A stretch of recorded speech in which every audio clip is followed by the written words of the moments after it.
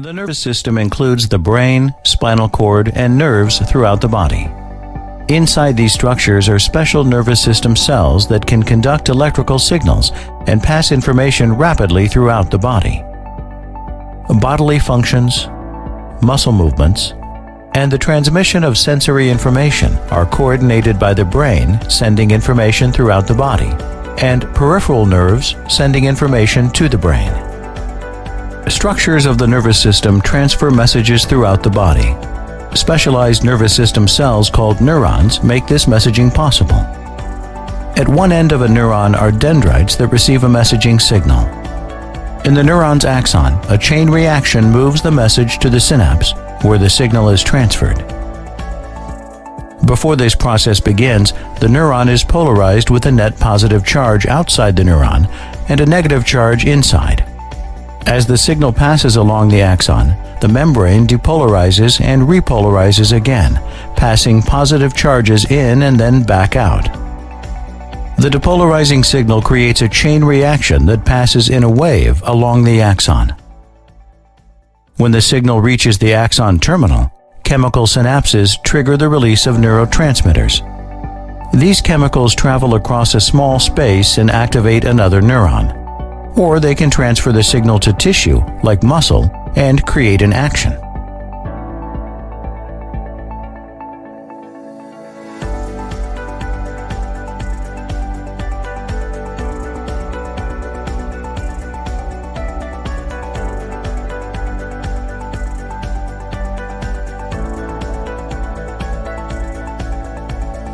Somatic reflexes are automatic responses to stimuli that allow for fast reactions before messages reach the brain.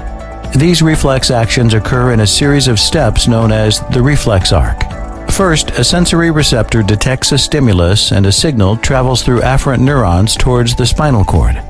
When the signal passes through the gray matter of the spinal cord, a message is relayed from the afferent neuron through an association neuron to an efferent neuron. This leads to a quick, automatic reflex reaction that occurs without the need for processing in the brain.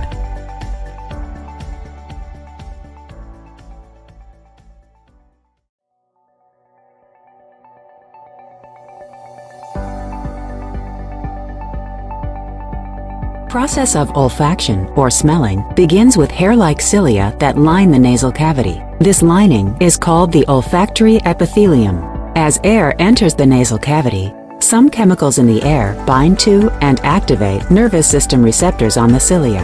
This stimulus sends a signal to the first-order neurons connected to the epithelial cells. The signal is carried by these neurons from the nasal cavity through openings in the ethmoid bone and then to the olfactory bulbs of the brain. The signals then move from the olfactory bulbs along the olfactory tracts to the olfactory area of the cerebral cortex. The process of seeing begins when light waves enter the front of the eye. Brightness and distinct colors are first interpreted by structures in the back of the eye and then sent as stimulus signals that the brain interprets as vision. On the exterior of the eye is an area called the cornea that includes a pupil, a hole through which light enters the eye. Inside the eye, light is refracted by a lens and focused onto the retina, a layer of receptors that lines the inside of the eye. The retina includes two types of nervous system cells: cones that interpret color of light waves and rods that interpret the intensity of light. These photoreceptors process information into nerve signals that travel through the optic nerve into the occipital lobe of the brain, where signals are interpreted to represent an image. The peripheral nervous system coordinates involuntary functions like heart rate and respiration.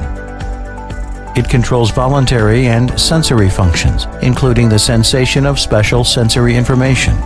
All nerves involved in the voluntary control of skeletal muscles are part of the somatic system of the peripheral nervous system. Body functions that are mainly involuntary and controlled by signals that pass from the brain to glands and organs throughout the body are part of the autonomic system of the peripheral nervous system.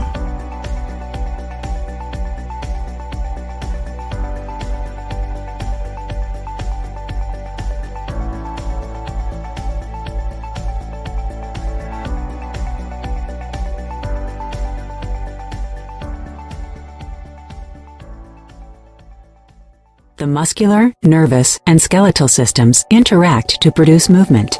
Messages travel through the nervous system to the skeletal muscles that attach to bones throughout the body. The fibrous appearance of skeletal muscles is created by the arrangement of proteins inside the cells that form muscle tissue. Motor neurons of the nervous system connect with these skeletal muscles. Movement occurs through a series of steps. Impulses from the nervous system reach the neuromuscular junction. The neuron releases a neurotransmitter called acetylcholine. It binds to receptors on the muscle and begins a chemical reaction within its fibers. The muscle filaments slide across each other and the muscle shortens or contracts. This action produces movement. Shape of the eyeball affects vision. In normal vision, the lens focuses light onto the retina and an image is perceived. In cases of nearsightedness, the point of focus does not reach the retina and the image appears blurry. Farsightedness results when the eye is too shallow, causing the image to be focused on an area beyond the retina.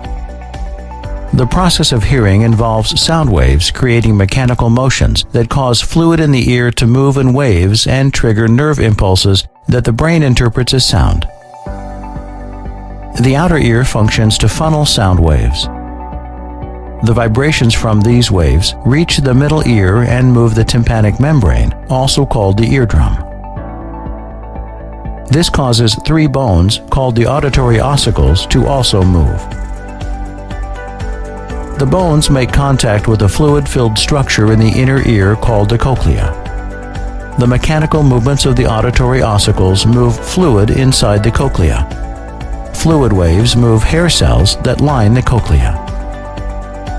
The movement of these cells activates nervous system receptors. Signals are carried through the vestibulocochlear nerve, cranial nerve 8, to the temporal lobe of the brain, where they're interpreted as sound.